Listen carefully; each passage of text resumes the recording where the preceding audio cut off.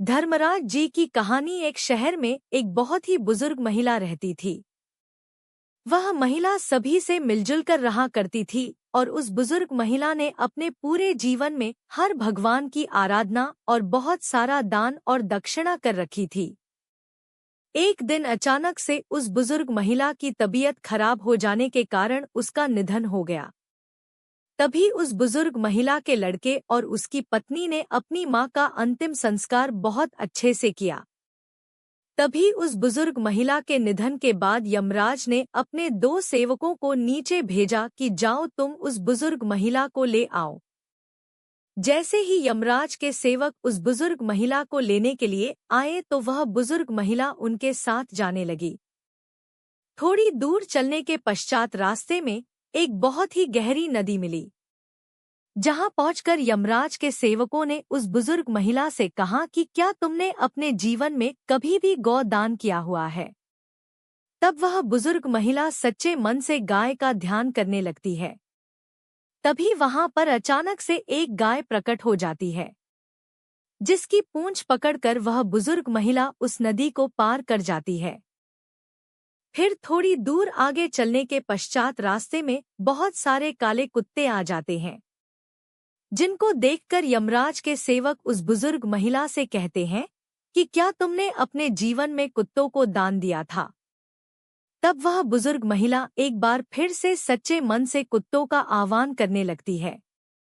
तब वहां से सारे काले कुत्ते अपना रास्ता बदलकर कहीं और चले जाते हैं और फिर वह बुजुर्ग महिला और यमराज के सेवक आगे की ओर चल देते हैं।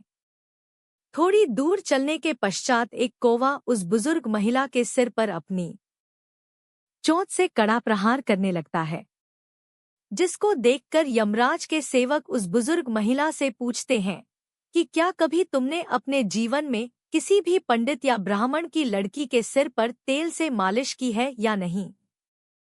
तभी वह बुजुर्ग महिला यमराज के सेवकों की बात सुनकर ब्राह्मण की बेटी का सच्चे मन से आवाहन करना शुरू कर देती है, जिसके बाद वह कौवा उस बुजुर्ग महिला को चोंच मारना बंद कर देता है और वहां से चला जाता है। फिर वहां से वह बुजुर्ग महिला और यमराज के दोनों सेवक आगे की ओर चल देते हैं। थोड़ी दूर चलने के पश्चात जब वह बुजुर्ग महिला और यमराज के दोनों सेवक आगे की ओर बढ़ने लगते हैं तो उस बुजुर्ग महिला के कांटे चुभना शुरू हो जाते हैं, जिसके बाद यमराज के सेवक कहते हैं कि क्या तुमने कभी भी अपने जीवन में खड़ाऊ दान की है। जिसके बाद वह बुजुर्ग महिला उनसे वह की बात सुनकर खड़ाऊ का आवाहन करना शुरू कर देती है। देखते ही देखते उस बुजुर्ग महिला के पैरों में खड़ाऊ आ जाती है और वह बुजुर्ग महिला और यमराज के दोनों सेवक आगे की ओर चल देते हैं। जिसके बाद दोनों सेवक वह उस बुजुर्ग महिला को यमराज के पास ले जाते हैं और फिर यमराज बुजुर्ग महिला को चित्रगुप्त के पास ले जाते हैं। तभी चित्रगुप्त यमराज से कहते हैं, यह कौन है और आप किसको लेकर यहाँ आए हैं। तभी यमराज चित्रगुप्त से कहते हैं कि इस बुजुर्ग महिला ने अपने पूरे जीवन में बहुत सारा दान और बहुत सारे पुण्य किए हैं, लेकिन इस बुजुर्ग महिला ने धर्मराज की कोई भी पूजा अर्चना नहीं की है। आने के लिए अपना जहाज नीचे धरती लोक पर भेज देते हैं। उस जहाज को देखकर सभी लोग बहुत ही आश्चर्यचकित हो जाते हैं। उस बुजुर्ग महिला के साथ जाने के लिए आगे आ जाते हैं। तभी वह बुजुर्ग महिला सभी लोगों से कहती है कि तुम लोगों ने धर्मराज की कहानी नहीं सुनी है, जिसके कारण तुम लोग मेरे साथ नहीं जा सकते हो। मेरे साथ सिर्फ यह मेरी पड़ोस की साथी ही जा सकती है, क्योंकि इसने पूरी कहानी बैठकर सुनी थी। जिसके बाद सभी लोग उस बुजुर्ग महिला से कहानी सुनने के लिए निवेदन करने लगते हैं और तभी वह बुजुर्ग महिला सभी को कहानी सुना देती है। जिसके बाद सभी लोग उस जहाज में बैठकर स्वर्ग लोक पहुंच जाते हैं।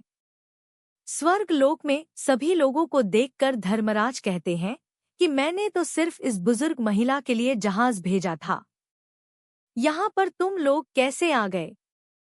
तभी वह बुजुर्ग महिला धर्मराज से कहती है कि हे धर्मराज, मैंने अपने पूरे जीवन में जितना भी पुण्य कमाया है उसका आधा पुण्य इन सभी को दे दीजिए। जिसके बाद धर्मराज सभी लोगों को स्वर्ग लोक में जगह दे देते हैं और यहीं पर यह कहानी समाप्त होती है।